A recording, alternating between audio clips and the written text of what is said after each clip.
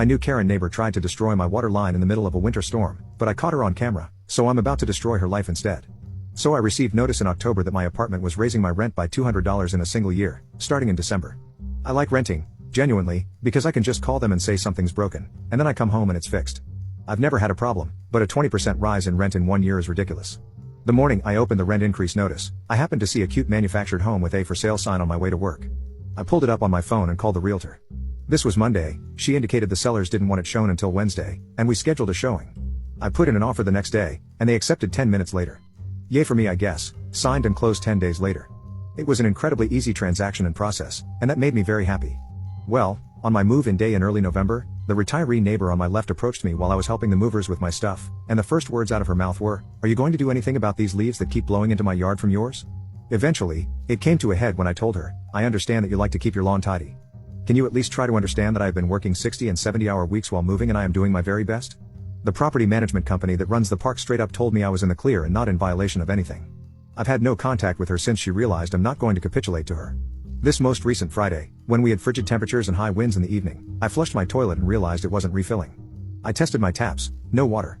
It was already too dark, so I went to the store to get water for myself and the cats. In the morning, once it was light out, I put on my coveralls and headed out into the minus 22 degrees Fahrenheit weather to investigate. The water supply comes out of the ground outside of the trailer skirt, then goes through the skirt to the supply. The previous owners had built a well-insulated box around the water supply, but the access hatch was unlocked and cracked open. I sighed, and I called my father and told him I needed to borrow his heating tool. He offered to drive it over, but the weather was so bad with blowing snow that I told him even in his truck, he'd get stuck, so I went trekking over there. I'm fuming the entire way, because I could have sworn I latched that door when I was checking my winterizing list. I could have sworn. Eventually, after 15 minutes of using the heating tool, the water started flowing. I got back inside and got under my blankets to warm up after being in the Arctic conditions for nearly 2 hours at that point. I still can't get over it. I know I latched the door. So on a whim, I propped my laptop in the window and set it up to video record and went on with my day. I woke up Sunday morning to temperatures of minus 33 degrees Fahrenheit weather and went to fill up the cat's water bowl. No water again. What the frick? I put on my coveralls and headed out. The access door was cracked open again. I got the heating device out again and got the water going again. So I checked my laptop, and not 2 hours after I started the laptop recording, the neighbor Karen comes waddling across her driveway and walks over to my trailer. She leans over by the water and messes with the door before waddling back to her trailer. I put on my coat and walked over there with my laptop. When she answers, "Oh hi op, what brings you over today?" all cheery and two-faced, I just opened my laptop without saying a word and hit play. She just starts stuttering, trying to come up with some BS. I interrupt her and tell her I'll be forwarding it to the office and walk away. On Monday, the office called me and informed me that they would be addressing the issue. They mentioned that it would be incredibly helpful if there was a police report. I gladly called the non-emergency line and scheduled a time for an officer to come out after work. The cops arrived just as I was walking home. We went in, and I detailed everything and showed them the video. They wanted a copy, so I gave it to them. They asked me to show them the water line, so we headed out there. They took some photos while we were outside. The entire time we were there, Karen was looking out her kitchen window. They noticed she was home as well and offered to trespass her. I headed back in, and they eventually knocked, telling me they spoke to her and trespassed her. They gave me a copy of the police report number and forwarded it to the office. While we were out there, a neighbor couple across the street was outside and asked me if everything was okay. I said it was, that I had video proof that Karen had actually opened my water access to freeze my pipes, and their eyes went wide.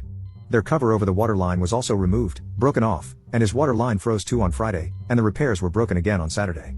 It turns out Karen has an ongoing beef with them because they have a pride flag they refuse to take down. So the police went over there to get their statements too. Karen's husband came home an hour ago, then came over shortly after to ask me to retract my complaint against them with the office as a misunderstanding. Misunderstanding? Your wife was intending to destroy my water lines in the middle of a winter storm, which would have cost me thousands of dollars to fix. He pulls out his checkbook. So what's this going to cost me? I reply, well, I bought the place for $40K, so let's call it an even $45K, and I'll straight up tell the office I fabricated the entire thing. He said he was serious, and I said I was too. He says they're on the verge of being evicted and kicked off the lot, and that she has problems. Sounds like the neighbors and I should go in on a bunch of security cameras to ensure that happens then. So we'll see. I wasn't going to set up my server, but I'm going to do that tonight with a couple of my webcams on some Raspberry Pi computers. I just can't trust this woman. All because of some leaves and a pride flag. Update 1. Well, it's been interesting. I installed 4 cameras, one on each corner of my trailer and one on my covered porch. I took my other cameras and installed them over at the neighbors across the street who had their water line frozen too. She watched me install them from her kitchen window and waddled over a little later to look at them and flip me off. She has been repeatedly flipping off at the cameras. On trash day last week, she cheerfully asked me to help her move her trash cans to the curb when I was walking by with my groceries. I'll admit I snorted and was petty. I put my groceries down and went to every lot on the street and pulled their trash to the curb except for hers. The nice old lady across the street invited me to Rummikub night. At first, I declined. She said they were going to dish about Karen. I said I already had my shoes off and that I was in for the night. She then said, "We drink wine, smoke green, and play Rummikub." Okay, I'll get my shoes. These ladies were awesome. Great batch of new friends acquired. I got all the gossip about Karen, and my head was spinning after it all, so here are some highlights. Karen has 4 adult children. Her 3 daughters haven't spoken to her in more than 12 years. The last daughter to speak to her actually lived on the other side of my place, but they had a falling out so huge that her daughter sold her home and moved across town to get away from her. Her son is the only one in the family speaking to her. Karen used to be part of another monthly gathering of a bunch of retirees in the community, but she was kicked out after she kept going on tirades about the guy who owned my place before and harassing the rainbow couple that lived on the street. The beef she had with the previous owner of my place started over, of all things, yard waste. Grass clippings, to be exact, so at least she's reliable, I suppose. It also explains her deal with the leaves. In response to her BS about him leaving grass clippings on the lawn, he also stopped raking up leaves. So that explains that in a way. In short, she's just a toxic old no-life woman who gets off on starting beef with her neighbors. And her husband paying people off is also apparently a theme, as well as he tried to do with me. The most egregious thing that made my blood boil just hearing it. A few years ago, she went off on this rant about a young guy in the park walking his dog twice every day, and she kept going on about not letting the dog take a dump on the grass. Well, one day the dog decided to relieve itself there, and as the guy was picking up his dog's waste, she maced both of them with pepper spray. Hubby paid the guy off. The lady hosting Rummy Night talks to Karen. She says that Karen was complaining about me putting up cameras and how gauche it makes the neighborhood look. After taking a fat rip, she says, so I say to her, "Karen honey, if you're so worried about what's gauche, you probably shouldn't have tried to freeze his pipes in the middle of the worst winter storm we've had this decade, and then he wouldn't be installing cameras to protect his property." Apparently, Karen's response to that was that I should have taken care of my leaves. So Karen hates grass clippings, leaves, rainbows, and being a decent human being. She's been taken care of by her husband covering up her BS, and she's just so incredibly toxic that 3 of her own children don't speak to her or let her grandchildren see her. As far as the property managers go, I was assured they are taking this very seriously but cannot disclose what actions they are taking to me.